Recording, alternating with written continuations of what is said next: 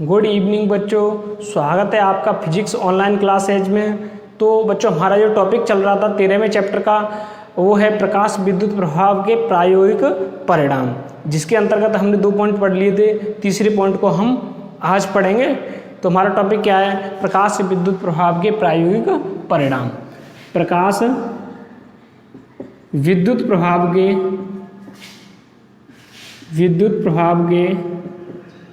प्रायोगिक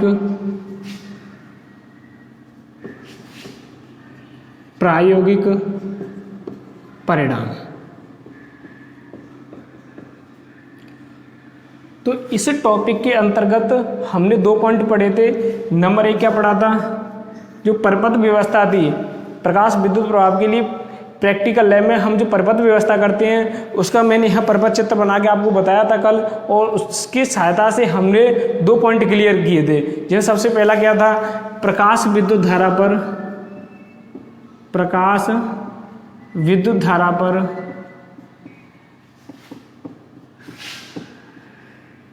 प्रकाश की तीव्रता का प्रभाव।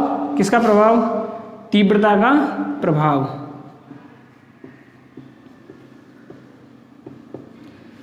नंबर 2 हमने क्या पढ़ा था? प्रकाश विद्युत धारा पर विभव का प्रभाव।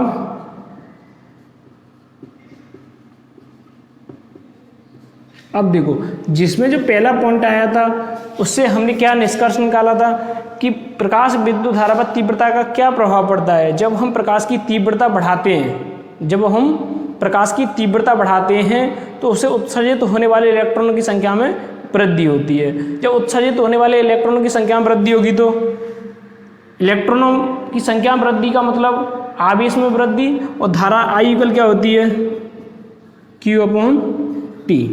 आवेशों के प्रवाह की दर को क्या कहते हैं? विद्युत धारा कहते हैं। और आपने प्रकाश की तीव्रता में वृद्धि की तो इलेक्ट्रॉनों की संख्या में वृद्धि हुई, अर्थात आवेश की मात्रा में क्या हुई? वृद्धि हुई। और जब आवेश की मात्रा में वृद्धि हो गई तो प्रवाहित आवेश अधिक है तो प्रकाश विद्युत धारा का मान भी अधिक होगा। इसका मतलब क्या स्पष्ट हो गया? इससे ये स्पष्ट हो गया कि जो प्रकाश विद्युत धारा है वो तीव्रता के समानुपाती होगी। कैसी होगी? प्रकाश विद्युत धारा तीव्रता के समानुपाती होगी। तो इस पॉइंट को ध्यान रखना। यदि हम प्रकाश की तीव्रता बढ़ाते हैं, क्या बढ़ाते हैं? प्रकाश की तीव्रता बढ़ाते हैं तो उत्सर्जित इलेक्ट्रॉनों की संख्या में वृद्धि होती है। हमने एक प्रेक्षण तो ये कर लिया। अब दूसरा प्रेक्षण, हमने विभव आरोपित किया था, विभव के मान में वृद्धि करते गए थे तो प्रकाश विद्युत धारा के मान में क्या हो रही थी? वृद्धि हो रही थी। लेकिन एक निश्चित स्थिति के बाद हमने विभव को बढ़ाया, लेकिन प्रकाश विद्युत धारा के मान में वृद्धि नहीं हुई। अर्थात तो वो एक उच्चतम हमें धारा प्राप्त हुई जिसको हमने संतृप्त धारा कहा। क्या कहा था? संतृप्त धारा। तो इसके लिए हमने कुछ इस प्रकार से ग्राफ प्राप्त किया था। माना कि यहाँ आपने कौन सा विभव लिया था? निरोधी विभव। यहाँ निरोधी विभव था -V0, और निरोधी विभव से ग्राफ कुछ इस प्रकार से स्टार्ट हुआ था। तो यहाँ हमें क्या प्राप्त हो गई थी? संतृप्त धारा प्राप्त हो गई थी। ये तो माना कि तीव्रता I1 के लिए था। तो यदि आप किस किस के मध्य ग्राफ खींचोगे? विभव, और मैं यहाँ जो स्मॉल I से व्यक्त कर रहा हूँ वो कर रहा हूँ प्रकाश विद्युत धारा को। यहाँ स्मॉल I क्या है? प्रकाश विद्युत धारा। और जहाँ V क्या है? आरोपित विभव। तो यहाँ V तो आरोपित विभव हो गया, I प्रकाश विद्युत धारा हो गई। अब इसके मध्य हमने कल ये ग्राफ खींचा था, वक्र खींचा था, वो कुछ इस प्रकार से आया था। अब इसका मतलब क्या हो गया कि यहाँ जो प्रकाश विद्युत धारा का मान शून्य कब हो रहा है? निरोधी विभव पर। किस पर हो रहा है? निरोधी विभव पर। मैंने आपको एक पॉइंट और बताया था कि निरोधी विभव अधिकतम इलेक्ट्रॉनों की गति ऊर्जा के बराबर होता है। इस पॉइंट को ध्यान रखना, बहुत इंपॉर्टेंट पॉइंट है। कौन सा है? कि निरोधी विभव, ये बार बार काम आएगा। निरोधी विभव V0 इक्वल किसके होगा? इलेक्ट्रॉनों की अधिकतम गतिज ऊर्जा। इलेक्ट्रॉनों की अधिकतम गति ऊर्जा माना कि K मैक्सिमम है, कितनी है? K मैक्सिमम इक्वल कितनी हो जाएगी? 1/2mv² maximum. या आप इसको क्या कह सकते हो, इलेक्ट्रॉन V0। वी नॉट जहाँ निरोधी विभव है। तो ये पॉइंट बहुत इंपॉर्टेंट है, इसको याद रखना बहुत ज़रूरी है।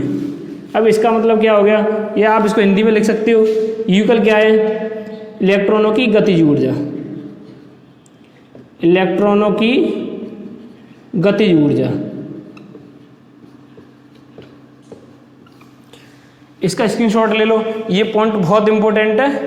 तो निरोधी विभव किसके बराबर होगा, इलेक्ट्रॉनों की गतिज ऊर्जा के, तभी तो निरोधी विभव उस इलेक्ट्रॉन को रोक पाएगा, क्योंकि जब इसकी ऊर्जा उसकी गति ऊर्जा के बराबर हो जाएगी और निरोधी विभव विपरीत तो कार्य करता ही है, तो वह इलेक्ट्रॉन को रोक लेगा। जब रोक लेगा तो परिपथ में प्रवाहित प्रकाश विद्युत धारा शून्य हो जाएगी। क्या होगी, परिपथ में प्रवाहित प्रकाश विद्युत धारा का मान क्या हो जाएगा, शून्य हो जाएगा। निरोधी विभव पर शून्य होता है कि नहीं होता है, तो ये हमने परिणाम कल प्राप्त किए थे। तो यहाँ अगर हम बात करें I2 की, किसकी, I2 की, ये तो हमने तीव्रता I1 के लिए ले लिया। अगर हम तीव्रता का मान बढ़ा दें, क्या करें, एक अलग परीक्षण करें कि तीव्रता का मान बढ़ा दें, तब हमें ग्राफ किस प्रकार से प्राप्त होगा, क्या संतृप्त धारा में कोई परिवर्तन होगा, क्या हम, जैसे हमने पहले तो क्या किया था, तीव्रता को नियत किया था। हम जो परीक्षण करेंगे, हमारे 3 फैक्टर हैं, कौन सी है, नंबर 1 तो तीव्रता, दूसरा विभव, और तीसरा क्या है, आवृत्ति। ये 3 पॉइंटों पर चर्चा करेंगे। इन तीनों का प्रभाव देखेंगे हम प्रकाश विद्युत धारा पर। जो परिपथ में प्रवाहित प्रकाश विद्युत धारा है उन पर इन तीनों का क्या प्रभाव पड़ेगा, तीव्रता का क्या प्रभाव पड़ेगा, विभव का क्या प्रभाव पड़ेगा और आवृत्ति का क्या प्रभाव पड़ेगा। तो यहाँ तीव्रता का प्रभाव मैं आपको बता चुका हूँ, विभव का प्रभाव आप पढ़ चुके हो। तो हम जब इसका अध्ययन करेंगे, तीव्रता का जब हम अध्ययन करेंगे, प्रकाश परिपथ में प्रवाहित प्रकाश विद्युत धारा के बारे में जब हम तीव्रता की चर्चा करेंगे, तो हमें विभव और आवृत्ति को नियत रखना पड़ेगा। क्या रखना पड़ेगा, जब ध्यान रखना, मैं तीव्रता की चर्चा करूं तो आप दोनों को ऑटोमेटिकली नियत रखना है, कौन से, विभव और आवृत्ति। जब मैं विभव की चर्चा करूं तो आपको किसको नियत रखना है, तीव्रता और आवृत्ति को। यदि मैं चर्चा करता हूं आवृत्ति की, तो आपको किसको नियत रखना है, तीव्रता और विभव को, क्योंकि हम दोनों को एक साथ प्रेक्षित नहीं कर सकते। या आप चाहोगे सर हम तीनों को एक साथ प्रेक्षित करें, तो नहीं कर पाएंगे। हम सेपरेट ही हम उनको प्रेक्षित कर पाएंगे, किन्हीं 2 का कॉम्बिनेशन बना लो, ये तीसरे को प्रेक्षित कर रहे हैं तो दोनों को इस तरह रखो और तीसरा अच्छी तरह प्रेक्षित हो जाएगा। तो हमने यहाँ विभव का प्रभाव जाना है, तो पहले किसको इस तरह रखा था, तीव्रता को, और आवृत्ति को विभव पर हमने प्रेक्षण कर लिया। अब यहाँ तीव्रता हमने ली थी I1 जो कांस्टेंट थी। अब I1 यदि हम तीव्रता को बदल लें, I2 कर लें, क्या कर लें, I2, और फिर विभव के मान में क्या करें, परिवर्तन। लेकिन एक परीक्षण के लिए I1 था और हमने विभव को प्रेक्षित कर लिया। अब हमने इसको I2 किया है, लेकिन प्रत्येक वोल्टता के लिए, जैसे हमने वोल्टता 5 वोल्ट किया, 10 वोल्ट किया, 15 वोल्ट किया, तो उसके लिए I2 ही रहना चाहिए। अर्थात पहले सभी परीक्षणों के लिए केवल I1 थी, और फिर अब यदि हम I2 करते हैं तो हमें I2 को नियत रखते हुए, I2 को नियत रखते हुए फिर से हम परीक्षण करेंगे, वोल्टता परिवर्तित करने के बाद में फिर ऐसा ही हमें ग्राफ और प्राप्त हो जाएगा। वो किस प्रकार से प्राप्त होगा, कुछ इस प्रकार से प्राप्त हो जाएगा। लेकिन हमने यहाँ ये प्रेक्षित किया कि V0 का मान तो बराबर है प्रत्येक कंडीशन में, V0 का मान तो कैसा है, बराबर है। इसका मतलब हमने प्रेक्षित किया कि जब तीव्रता I1 थी, यहाँ क्या है, I2 is greater than I1। जब तीव्रता I1 थी तब संतृप्त धारा का मान कम था। जब I2, जब हमने तीव्रता बढ़ा दी, कंडीशन क्या है, I2 is greater than I1। जब हमने तीव्रता को बढ़ा दिया तो तीव्रता बढ़ाने से हमने प्रेक्षित किया कि संतृप्त धारा के मान में वृद्धि हो गई। तो ध्यान रखना, प्रकाश विद्युत प्रभाव की घटना में जब हम तीव्रता का मान बढ़ाते हैं तो परिपथ में प्राप्त संतृप्त धारा के मान में वृद्धि होती है। हमने ये प्रेक्षित कर लिया। तो यहाँ हम देख रहे हैं कि यहाँ, लेकिन एक चीज़ है, यहाँ जो निरोधी विभव का मान है वो फिक्स है, चाहे हमने तीव्रता को कितना भी रखा हो, तीव्रता से निरोधी विभव पर कोई फर्क नहीं पड़ रहा है। अब प्रश्न ये है कि सर फर्क क्यों नहीं पड़ रहा है। लॉजिकल बात है कि सर फर्क क्यों नहीं पड़ रहा है। तो देखो हम इसको कैसे जानेंगे कि हमें पता है कि निरोधी विभव किस पर डिपेंड कर रहा है, इलेक्ट्रॉनों की गतिज ऊर्जा। अरे निरोधी विभव किस पर डिपेंड करेगा, इलेक्ट्रॉनों की गति ऊर्जा पर, करेगा कि नहीं करेगा। तो इलेक्ट्रॉनों की गति ऊर्जा किस पर डिपेंड करती है, इलेक्ट्रॉन की गति ऊर्जा किस पर डिपेंड करेगी? देखो तीव्रता से तो केवल संख्या ही बढ़ रही है कि नहीं बढ़ रही है? यदि तीव्रता बढ़ा दें तो इलेक्ट्रॉनों की संख्या बढ़ रही है। क्या बढ़ रही है? इलेक्ट्रॉनों की संख्या। यहां लिख लो, इलेक्ट्रॉनों की संख्या। ढंग से समझना इसको। देखो हम क्या बढ़ा रहे हैं? तीव्रता। मैंने I1 से क्या कर दिया? I2। तीव्रता को I1 से क्या कर दिया? I2 कर दिया, तो इलेक्ट्रॉनों की संख्या में वृद्धि हो गई। जबकि मैं कह रहा हूं कि निरोधी विभव इलेक्ट्रॉनों की संख्या पर डिपेंड नहीं करता है, वो डिपेंड किस पर करेगा? इलेक्ट्रॉनों की गतिज ऊर्जा पर। तो एक बात बताओ, तीव्रता बढ़ाने पर इलेक्ट्रॉनों की गतिज ऊर्जा में कोई परिवर्तन नहीं हो रहा। जब उनकी गतिज ऊर्जा में कोई परिवर्तन नहीं हो रहा तो क्या निरोधी विभव के मान में परिवर्तन होगा? क्योंकि निरोधी विभव किसके बराबर है? इलेक्ट्रॉनों की गतिज ऊर्जा के। तो ये कंसेप्ट बहुत ही अच्छे से क्लियर हो गया होगा। अब इसका मतलब क्या हो गया? तीव्रता का मान कुछ ही परिवर्तित कर लो, I1 I2 कितना भी बढ़ा लो, कम कर लो, निरोधी विभव V0 कांस्टेंट रहेगा। कैसा रहेगा? नियत रहेगा, तीव्रता चाहे कुछ भी हो। तो कंसेप्ट क्लियर। इसको एक बार ढंग से और समझ लो कि तीव्रता के लिए, समझ में नहीं आया तो अब रट लो फिर। तीव्रता के लिए निरोधी विभव का मान, तीव्रता का मान कितना भी परिवर्तित कर लो, या आप ये कह सकते हो कि तीव्रता से निरोधी विभव प्रभावित नहीं होता है। बात समझ में आ गई कि नहीं? क्योंकि प्रत्येक तीव्रता के लिए निरोधी विभव का मान एक नियत मान प्राप्त होता है। और ऐसा होता क्यों है? क्योंकि तीव्रता परिवर्तित करने पर इलेक्ट्रॉनों की संख्या में परिवर्तन होता है। इलेक्ट्रॉनों की अगर तीव्रता बढ़ा दी है तो इलेक्ट्रॉनों की संख्या बढ़ेगी, और तीव्रता कम कर दिया तो इलेक्ट्रॉनों की संख्या कम होगी। लेकिन निरोधी विभव किस पर डिपेंड करता है? इलेक्ट्रॉनों की गतिज ऊर्जा पर। निरोधी विभव किस पर डिपेंड करेगा? इलेक्ट्रॉनों की गतिज ऊर्जा पर, जो कि तीव्रता कम या अधिक करने से गतिज ऊर्जा पर कोई प्रभाव नहीं पड़ रहा है। अब एक नेक्स्ट पॉइंट ये आ गया समझ में कि कुछ तो ऐसी घटना हुई इससे इलेक्ट्रॉन की गति ऊर्जा पर प्रभाव पड़ेगा। ऐसा कोई ना कोई तो कारक होगा जो इलेक्ट्रॉनों की गति ऊर्जा को क्या करेगा? प्रभावित करेगा। जो वो प्रभावित करेगा तो निरोधी विभव को भी क्या करेगा? प्रभावित करेगा। बात समझ में आ गई कि नहीं? तो इसमें से एक अगला पॉइंट और ये है कि निरोधी विभव किस किस को प्रभावित करेगा, या निरोधी विभव किस किस से प्रभावित होगा?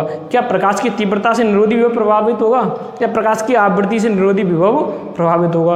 आपको सर इसमें 3 पॉइंट, एक विभव है, और विभव से विभव को क्या प्रभावित करोगे आप?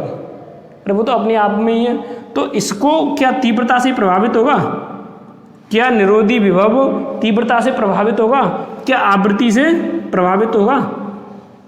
तो नेक्स्ट हमारे एक बहुत ही अच्छा पॉइंट है कि क्या निरोधी विभव तीव्रता से प्रभावित होगा, क्या यह आवृत्ति से प्रभावित होगा? तो ध्यान रखना, मैं पहले ही कह रहा हूं कि तीव्रता से यह प्रभावित नहीं होगा, क्योंकि प्रत्येक के लिए V0 एक ही मान प्राप्त हो रहा है। प्रभावित नहीं होने का कारण मैं बता चुका हूं आपको, क्योंकि तीव्रता इलेक्ट्रॉन की केवल किस में वृद्धि करती है?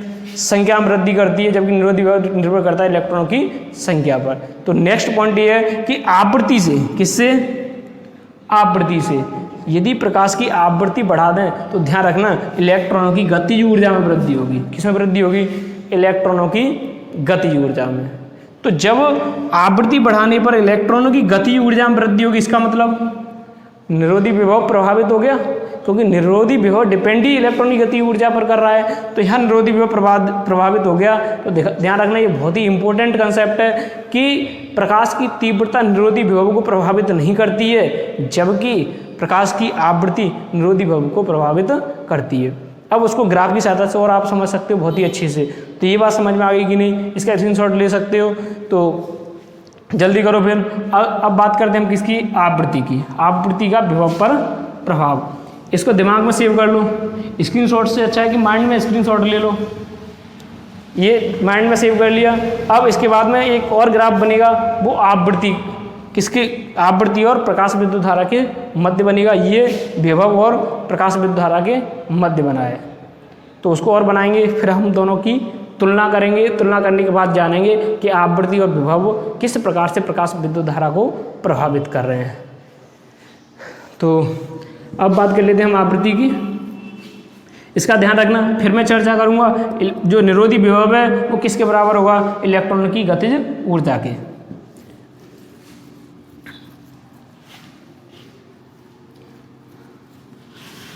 अब हम आवृत्ति का प्रभाव देख लेते हैं, किस पर?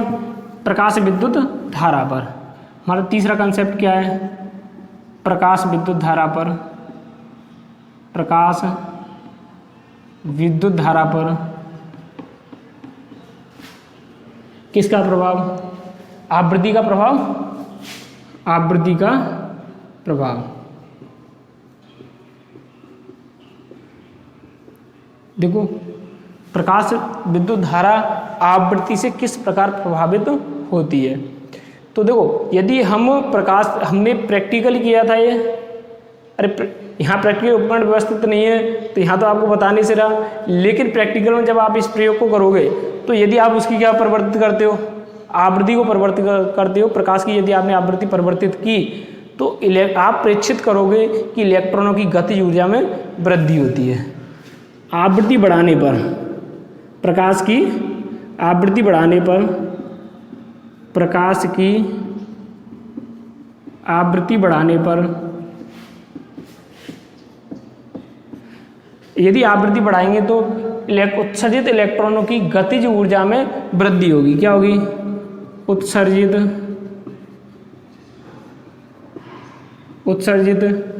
इलेक्ट्रॉनों की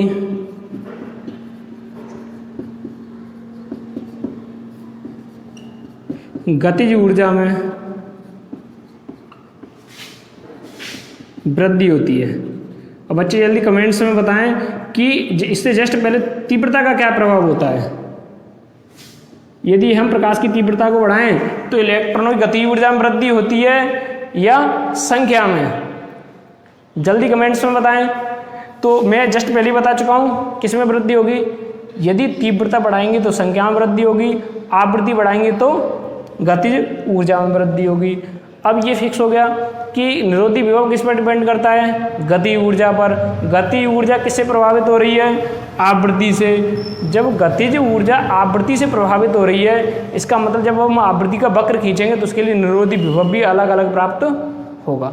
होगा कि नहीं होगा? क्योंकि निरोधी विभव किसके बराबर? गति ऊर्जा के। जब गति ऊर्जा परिवर्तित हो रही है तो निरोधी विभव डेफिनेटली परिवर्तित होगा। होगा कि नहीं होगा? तो अब यहाँ हम वक्र खींच लेते हैं किस किस के मध्य?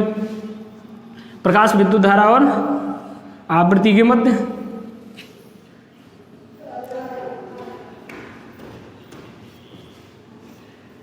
माना कि आप यहाँ क्या ले लो? न्यू आवृत्ति ले लो, और यहाँ क्या ले लो? स्मॉल आई, मतलब प्रकाश विद्युत धारा। अब देखो हम जो वक्र खींचेंगे किस प्रकार से खींचेंगे कि माना कि यहाँ क्या है? निरोधी विभव V0 है। क्या है? निरोधी विभव V0। यहाँ क्या हो गया? निरोधी विभव V0 हो गया। तो निरोधी विभव पर परपथ में धारा का मान शून्य हो जाता है। अरे मैं आपको निरोधी विभव की डेफिनेशन बता चुका हूँ।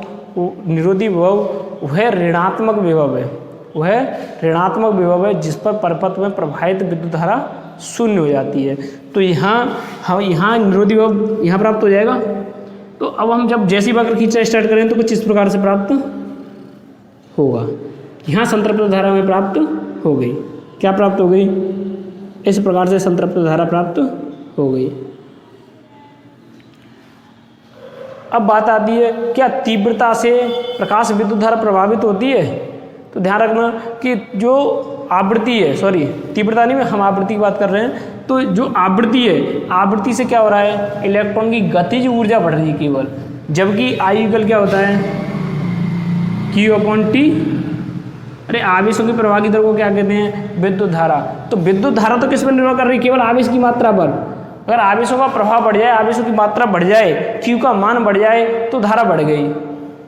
जबकि आवृत्ति कह रही है कि यदि आवृत्ति बढ़ जाए तो आवेश का मान तो बढ़ नहीं रहा, केवल उसकी इलेक्ट्रॉन की गतिज ऊर्जा बढ़ रही है। आप ये कह सकते हो उस आवेश की, क्योंकि इलेक्ट्रॉन पर आवेश होता है, तो आवेश की गतिज ऊर्जा बढ़ रही है। जबकि हमें चाहिए क्या? उसकी मात्रा। अरे Q का मान ज़्यादा होगा तो धारा में ज़्यादा प्राप्त होगी। तो इसका मतलब गति ऊर्जा बढ़ाने से ऐसा नहीं है कि धारा बढ़ जाए। तो इलेक्ट्रॉन की गति ऊर्जा कितनी बढ़ जाए इससे कोई फर्क नहीं पड़ता, अर्थात प्रकाश विद्युत धारा के मान में कोई परिवर्तन नहीं होगा। तो आप आवृत्ति चाहे कितनी भी बढ़ा लो, तो उससे प्रकाश विद्युत धारा के मान पर कोई प्रभाव नहीं पड़ेगा। लेकिन अगर न्यूनतम आपने की आपने दहलीय आवृत्ति से कम कर दी तब तो आपको प्रकाश विद्युत धारा प्राप्त होगी नहीं। तो न्यूनतम तो लिमिट है, लेकिन अपर लिमिट खुली हुई है। आपने मेथड पढ़ी होंगी, लिमिट तो खुली होंगी, लोअर लिमिट अपर लिमिट। तो लोअर लिमिट है वो तो लगी हुई है दहलीय आवृत्ति, जिस पर इलेक्ट्रॉनों का उत्सर्जन प्रारंभ होता है, लेकिन अपर लिमिट खुली है। आप कितनी भी आवृत्ति बढ़ा लो, लेकिन प्रकाश विद्युत धारा के मान में कोई परिवर्तन नहीं होगा। तो बहुत ही अच्छा कंसेप्ट है कि तीव्रता से प्रकाश विद्युत धारा के मान में वृद्धि होती है और आवृत्ति से प्रकाश विद्युत धारा के मान पर कोई परिवर्तन नहीं होता है, कोई प्रभाव नहीं पड़ता है। और प्रभाव किस पर पड़ता है? तीव्रता बढ़ाने से इलेक्ट्रॉनों की संख्या में वृद्धि और आवृत्ति बढ़ाने से इलेक्ट्रॉनों की गतिज ऊर्जा में वृद्धि होती है। अब बात आती है निरोधी विभव की निर्भरता। निरोधी विभव तीव्रता से किस प्रकार से प्रभावित होता है? तो निरोधी विभव तीव्रता बढ़ाने पर गति ऊर्जा बढ़ रही है और गति ऊर्जा बराबर निरोधी विभव। गति ऊर्जा बढ़ रही है, इसका मतलब निरोधी विभव बढ़ रहा है। तो यदि हमने ये तो कोई एक आवृत्ति ले ली, जैसे माना कि न्यू 1 ले ली, क्या ले ली? न्यू 1। अब हम बात करें, हमने आवृत्ति दूसरी ले ली न्यू 2, तो उसमें प्रकाश विद्युत धाराओं का परिवर्तन ही नहीं हो रहा है। यहाँ हमें जो संतृप्त प्रकाश विद्युत धारा प्राप्त हो रही है, इसमें तो कोई परिवर्तन नहीं हो रहा है। हो रहा है क्या? नहीं हो रहा है, क्योंकि गति ऊर्जा बढ़ रही है, संख्या इलेक्ट्रॉनों की नहीं बढ़ रही है आवृत्ति बढ़ाने पर। तो यहाँ हमें एक संतृप्त धारा, नियत संतृप्त धारा प्राप्त होगी प्रत्येक आवृत्ति के लिए। आवृत्ति कुछ भी रखो, लेकिन हमें यहाँ क्या प्राप्त होगी? एक नियत संतृप्त धारा प्राप्त हो जाएगी। तो यहाँ आप क्या कर लो, जैसे आपने निरोधी विभव रख लिया न्यू नॉट, यहाँ भी आपने 3 प्रेक्षण किए न्यू नॉट। अब ये तो सभी समान हो गए, थोड़ा सा डिफरेंस करने के लिए हम क्या करेंगे, यहाँ 1 लगा दो, यहाँ 2 लगा दो, यहाँ 3 लगा दो। तो ध्यान रखना, आप ये कभी मत सोचना कि सर ये आपने 0 1 लगा दिया है। अरे V नॉट तो निरोधी विभव को रिप्रेजेंट करते हैं, V नॉट से निरोधी विभव को रिप्रेजेंट करते हैं। V not 1, V not 2, V not 3। तो इस प्रकार से हमने इनको 3 निरोधी विभव अलग अलग हो जाएंगे और संतृप्त धारा आवृत्ति चाहे कुछ भी हो समान होगी कि नहीं होगी? तो वक्र कैसे आएगा? और निरोधी विभव अलग अलग, संतृप्त धारा 1। जब आवृत्ति के मान में वृद्धि कर रहे हैं, निरोधी विभव अलग अलग, संतृप्त धारा 1, क्योंकि धारा आवृत्ति पर निर्भर नहीं करती। तो इसका मतलब संतृप्त धारा तो क्या होगी कि यहीं से वक्र लेके आओ खींच के ऐसे पकड़ के, और यहाँ आप ला करके छोड़ दो, इसको भी पकड़ लाओ, क्योंकि धारा तो एक, लेकिन निरोधी विभव का मान अलग अलग। निरोधी विभव का मान अलग अलग इसलिए है क्योंकि आवृत्ति बढ़ाने में गति ऊर्जा बढ़ रही है और निरोधी विभव गति ऊर्जा के बराबर है। ये वक्र समझ में आ गया कि नहीं? बहुत ही, अगर आप इस तरीके से पढ़ोगे तो आप इस वक्र को कभी नहीं भूलोगे, अन्यथा आप कन्फ्यूजन होता रहेगा। आप विभव और जो तीव्रता वाले मैंने 2 पहले वक्र बनवाया है, और इसमें हमेशा कन्फ्यूजन रहेगा। यदि आपकी समझ में नहीं आया हो तो वीडियो को 2 बार जरूर देख लें। हालांकि यहाँ से आगे मैं इन वीडियो को प्राइवेट करूँगा, तो जितने भी बच्चों को लाइव क्लास लेने की कोशिश करें, तो आप इसका भी स्क्रीनशॉट ले सकते हो, स्क्रीनशॉट ले लो। तो उम्मीद करता हूँ ये ग्राफ समझ में आ गया होगा। तो यहाँ हमने अलग अलग आवृत्ति के लिए ग्राफ खींचे। तो यहाँ संतृप्त धारा क्या प्राप्त होगी? समान प्राप्त होगी। ये आवृत्ति क्या है? माना कि ये वाला पहले वाला जो ग्राफ खींचा था न्यू 1, न्यू 2, न्यू 3, कंडीशन क्या है? New 3 is greater than new 2 is greater than new 1। आवृत्ति की ये स्थिति है, जब हमने आवृत्ति को बढ़ाया तब संतृप्त धारा के मान में कोई परिवर्तन नहीं हुआ है, लेकिन निरोधी विभव के मान में परिवर्तन हो गया। वहाँ ग्राफ कैसे आया था देखो, इसको थोड़ा शॉर्ट कर देता हूँ। हमने एक और ग्राफ खींचा था इससे जस्ट पहले, वो किस किस के मध्य खींचा था? यहाँ विभव लिया था हमने, और यहाँ प्रकाश विद्युत धारा। अब यहाँ निरोधी विभव था V नॉट, और प्रत्येक के लिए निरोधी विभव का मान कैसा था? समान था,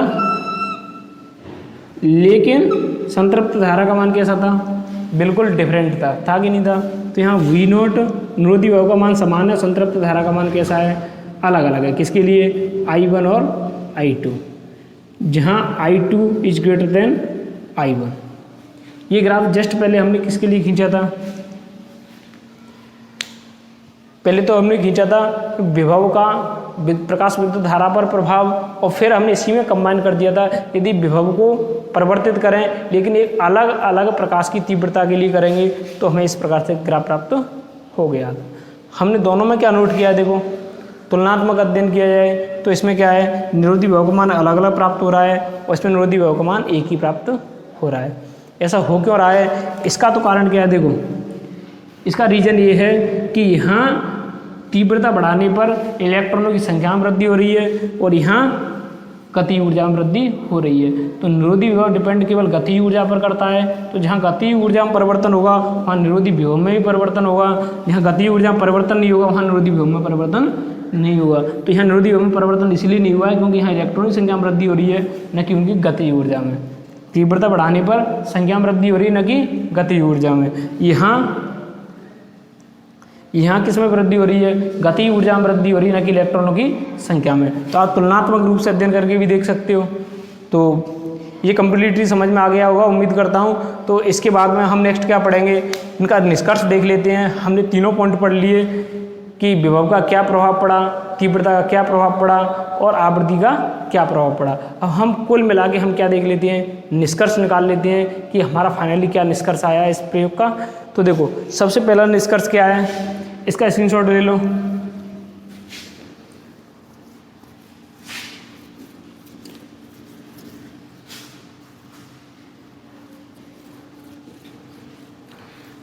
सबसे पहला निष्कर्ष क्या है, देखो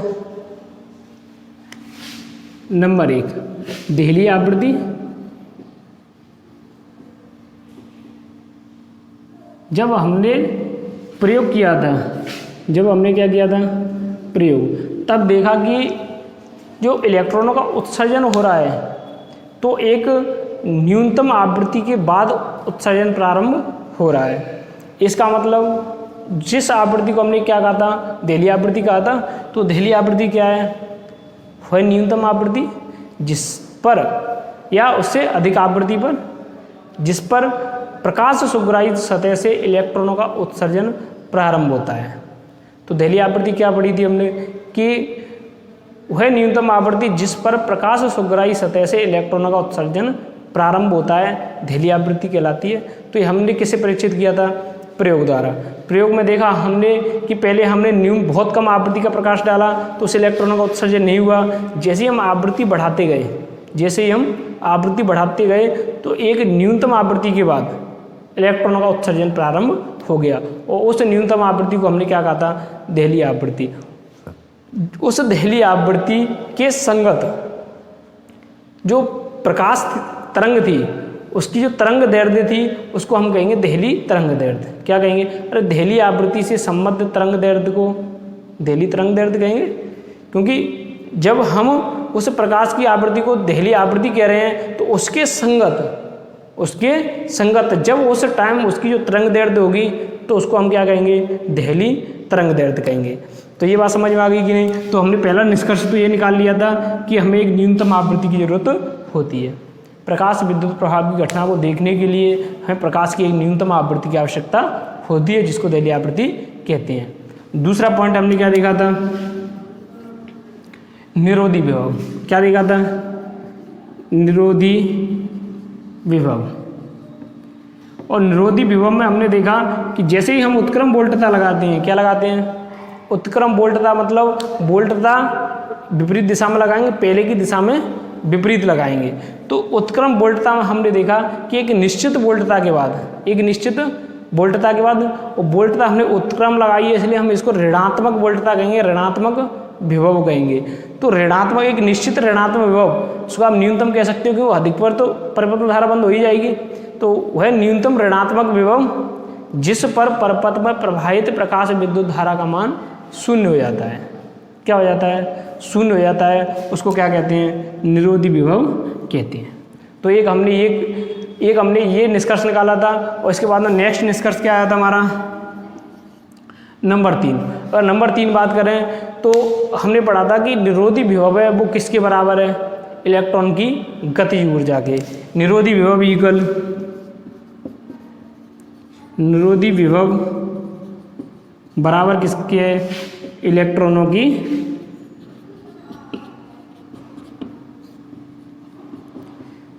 गतिज ऊर्जा। निरोधी विभव किसके बराबर है, इलेक्ट्रॉनों की गतिज ऊर्जा। इसके बाद में हमने नेक्स्ट निष्कर्ष निकाला था नंबर 4, जो निरोधी विभव है, निरोधी विभव प्रकाश की तीव्रता से प्रभावित नहीं होता है। निरोधी विभव प्रकाश की तीव्रता से प्रभावित नहीं होता है। क्या नहीं होता है? प्रभावित नहीं होता है। हमने अभी पहले वक्र खींचा था निरोधी विभव प्रकाश की तीव्रता वाला, हमने वक्र खींचा था I1 I2 के लिए, उसमें V0 कांस्टेंट था, कोई प्रभाव नहीं पड़ रहा था। फिर नेक्स्ट हमने क्या निष्कर्ष निकाला था कि निरोधी विभव प्रकाश की तीव्रता पर निर्भर करता है। प्रकाश की तीव्रता बढ़ने पर निरोधी विभव के मान में वृद्धि होती है। निरोधी विभव प्रकाश की तीव्रता पर क्या करेगा? निर्भर करेगा, निर्भर करता है।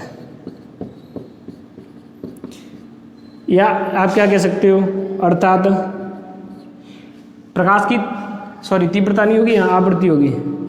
क्या होगी? आवृत्ति, क्योंकि तीव्रता पर तो निर्भर करेगा ही नहीं। किस पर करेगा? निरोधी विभव प्रकाश की आवृत्ति पर निर्भर करेगा। तो अर्थात आप क्या कह सकते हो, आवृत्ति बढ़ाने पर निरोधी विभव के मान में वृद्धि होती है। आवृत्ति बढ़ाने पर निरोधी विभव के मान में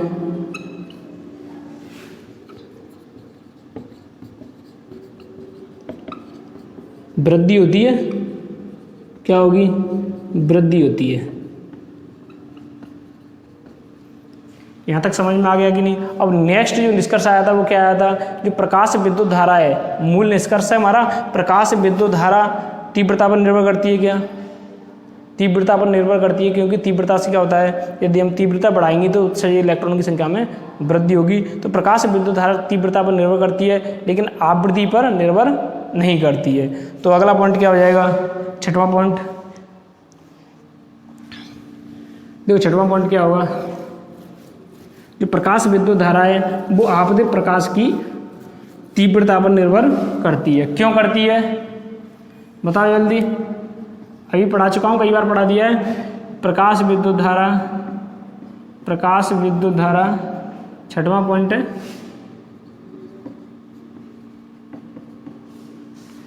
आपतित प्रकाश की तीव्रता पर निर्भर करती है।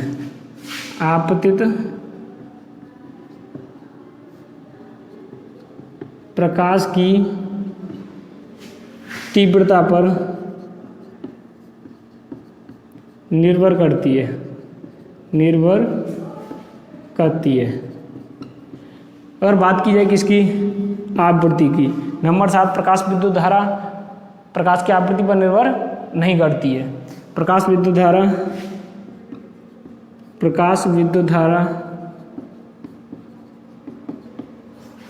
प्रकाश की आवृत्ति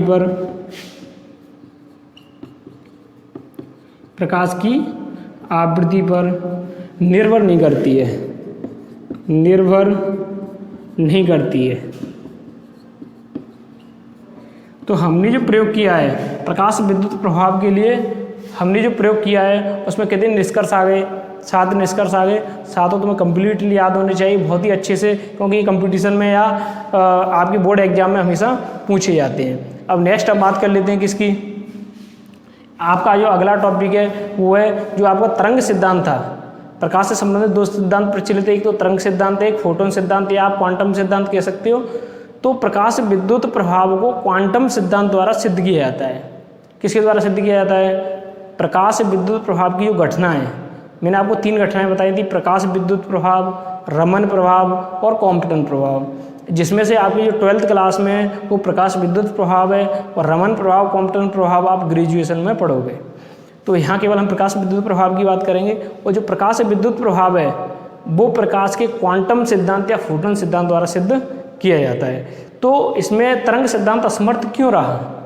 तरंग सिद्धांत द्वारा प्रकाश विद्युत प्रभाव को सिद्ध क्यों नहीं किया गया या उसको स्पष्ट क्यों नहीं किया गया? तो उसमें जो तरंग सिद्धांत है वो असमर्थ रहने के क्या क्या कारण रहे थे? तो हम यहाँ ये पढ़ चुके हैं, इसके निष्कर्ष हमने निकाल लिए। जबकि तरंग सिद्धांत इसके विरुद्ध में बोलता था, इसीलिए वो समर्थ नहीं रहा। तो उसके हम यहाँ 4 पॉइंट पढ़ेंगे कि वो जो तरंग सिद्धांत था, जो तरंग सिद्धांत था वो प्रकाश विद्युत प्रभाव की व्याख्या करने में असमर्थ क्यों रहा। तो हमारा जो नेक्स्ट टॉपिक है वो क्या है, तरंग सिद्धांत की प्रकाश विद्युत प्रभाव की व्याख्या करने में असमर्थ। तो अब बात कर लेते हैं हम प्रकाश विद्युत प्रभाव की व्याख्या करने में तरंग सिद्धांत की असमर्थता। तो हमारा नेक्स्ट टॉपिक क्या है, प्रकाश विद्युत प्रभाव की व्याख्या करने में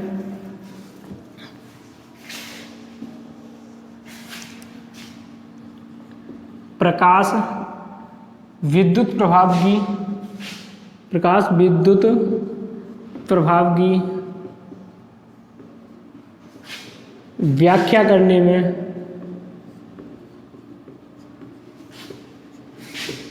तरंग सिद्धांत की असमर्थता।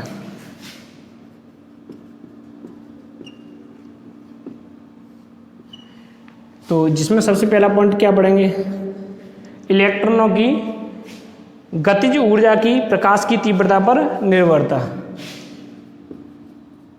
इलेक्ट्रॉनों की गतिज ऊर्जा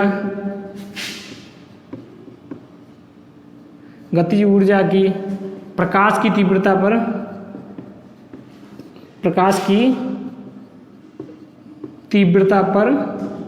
निर्भरता। सबसे पहला पॉइंट क्या है कि जो इलेक्ट्रॉनों की गति ऊर्जा है वो प्रकाश की तीव्रता पर निर्भर करती है या नहीं करती है। तो हमने जो प्रयोग किया था, प्रकाश विद्युत प्रभाव के लिए प्रयोग किया था, उसमें इलेक्ट्रॉनों की गतिज ऊर्जा किसके द्वारा बढ़ रही थी, आवृत्ति के द्वारा। बढ़ रही थी कि नहीं बढ़ रही थी, आवृत्ति के द्वारा क्या बढ़ रही थी, आवृत्ति के द्वारा इलेक्ट्रॉनों की क्या बढ़ रही थी, गतिज ऊर्जा। हमने प्रयोग द्वारा देखा है कि इलेक्ट्रॉनों की जो गतिज ऊर्जा है उसके लिए जिम्मेदार है आवृत्ति। क्या जिम्मेदार है, आवृत्ति जिम्मेदार है। जबकि जो तरंग सिद्धांत है वो कहता है कि नहीं, तीव्रता जिम्मेदार है। जिम्मेदार का मतलब यदि प्रकाश की हम तीव्रता बढ़ाएं, क्या बढ़ाएं, यदि प्रकाश की हम तीव्रता बढ़ाएं तो उत्सर्जित होने वाले इलेक्ट्रॉनों की गतिज ऊर्जा में वृद्धि होगी। ये तो कहता है तरंग सिद्धांत। जबकि हमने प्रायोगिक रूप से देखा कि जब हम तीव्रता में वृद्धि कर रहे हैं तो उत्सर्जित इलेक्ट्रॉनों की संख्या में वृद्धि हो रही है, न कि उनकी गतिज ऊर्जा में।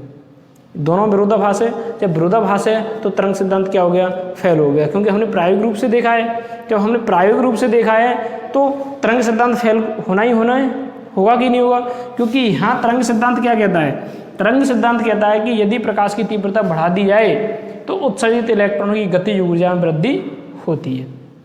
जबकि प्रायोगिक रूप से हमने देखा कि इलेक्ट्रॉनों की आपतित प्रकाश की तीव्रता बढ़ाने पर, आपतित प्रकाश की तीव्रता बढ़ाने पर उत्सर्जित इलेक्ट्रॉनों की गतिज ऊर्जा में वृद्धि नहीं होती है। तो यहाँ तरंग सिद्धांत हमारा असमर्थ हो जाता है। तो ये पहला पॉइंट हो गया। अब बात कर लेते हैं हम दूसरे पॉइंट की। किसकी, दूसरे पॉइंट की। तो सेकंड पॉइंट क्या है, इलेक्ट्रॉनों की जो गतिज ऊर्जा है उस पर तीव्रता का, आवृत्ति का, हमने तीव्रता पढ़ ली, वो आवृत्ति का प्रभाव पड़ेंगे। तो इलेक्ट्रॉनों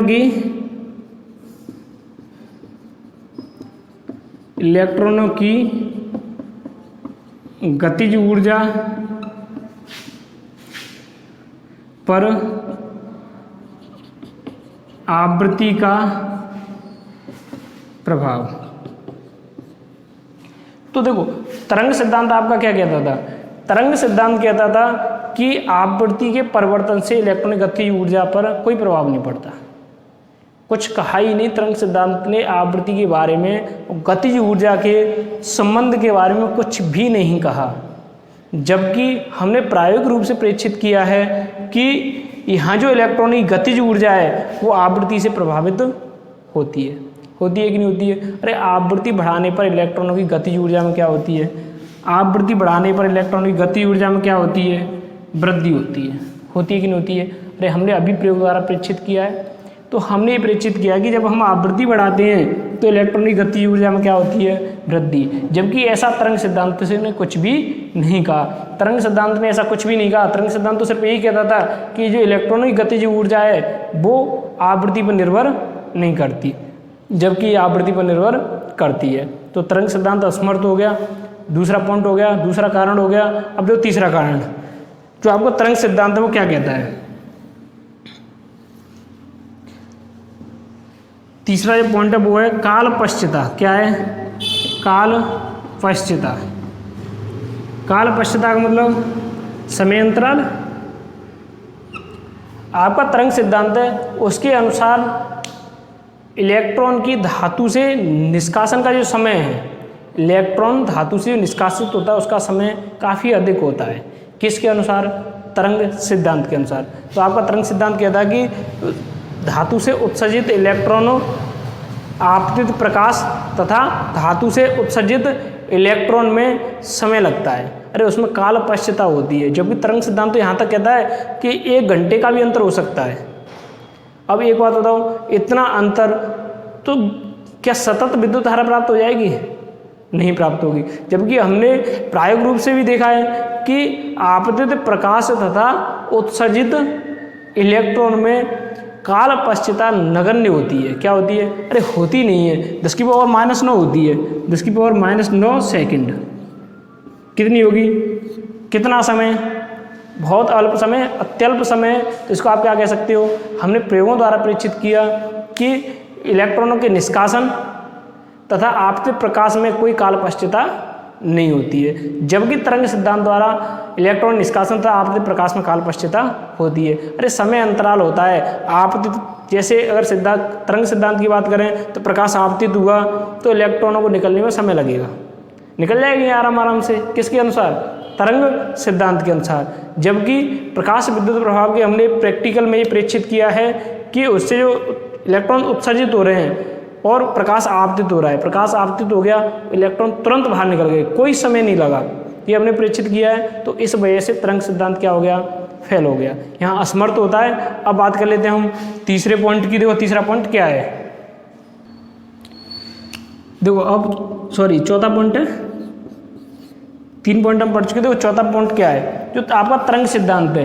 क्या, तरंग सिद्धांत कहता है कि जो आपतित प्रकाश है उसकी आवृत्ति चाहे कुछ भी हो, लेकिन प्रकाश से सुग्राही सतह से इलेक्ट्रॉन बाहर निकलेंगे। ये किसने कहा था, तरंग सिद्धांत के अनुसार। तरंग सिद्धांत के अनुसार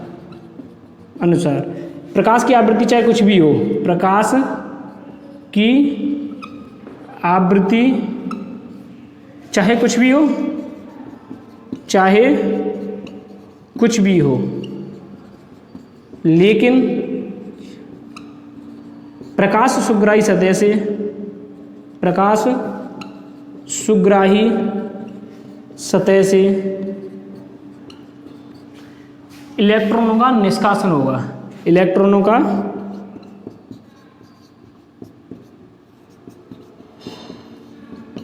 निष्कासन होगा। ये किसने कहा है, तरंग सिद्धांत ने। तो तरंग सिद्धांत तो कुछ इस प्रकार से कहता था कि आपतित प्रकाश की आवृत्ति चाहे कुछ भी हो, आपतित प्रकाश की आवृत्ति चाहे कुछ भी हो, तो उत्सर्जित होने वाले इलेक्ट्रॉन, या आप भी कह सकते हो आवृत्ति कुछ भी होने पर भी इलेक्ट्रॉनों का उत्सर्जन होगा। जबकि हमने प्रायोगिक रूप से परीक्षित किया है कि एक इलेक्ट्रॉनों के उत्सर्जन के लिए एक न्यूनतम आवृत्ति की जरूरत होती है, जिसको आपने दहलीय आवृत्ति कहा है। तो एक न्यूनतम आवृत्ति की जरूरत होती है जिसको हम क्या कहते हैं, दहलीय आवृत्ति। तो कुल मिलाकर कितने पॉइंट हो गए, इन 4 पॉइंटों के आधार पर तरंग सिद्धांत क्या हो गया तुम्हारा, असमर्थ हो गया। बात समझ में आ गई कि नहीं, एक बार फिर से रिपीट कर लेते हैं। देखो प्रकाश विद्युत प्रभाव की व्याख्या करने में तरंग सिद्धांत की असमर्थता। असमर्थ रहने का कारण क्या था, एक तो इलेक्ट्रॉनों की गतिज ऊर्जा की प्रकाश की तीव्रता पर निर्भरता।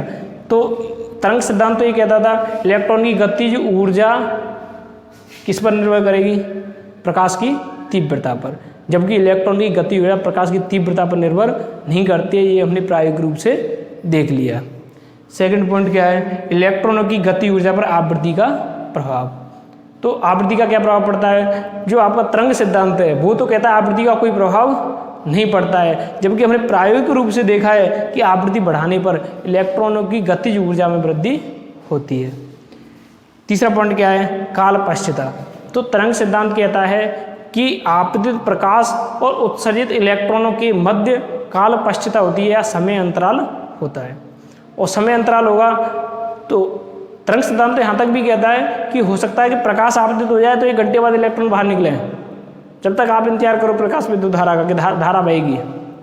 जबकि ऐसा नहीं, आपने प्रायोगिक रूप से देखा है कि आपतित प्रकाश और उत्सर्जित इलेक्ट्रॉन के मध्य कोई काल पश्चिता नहीं होती है। थोड़ा सा समय लगता है 10⁻⁻⁹ सेकंड, आप नगण्य कह सकते हो, तो कुछ समय नहीं लगता है, काल पश्चिता नहीं होती।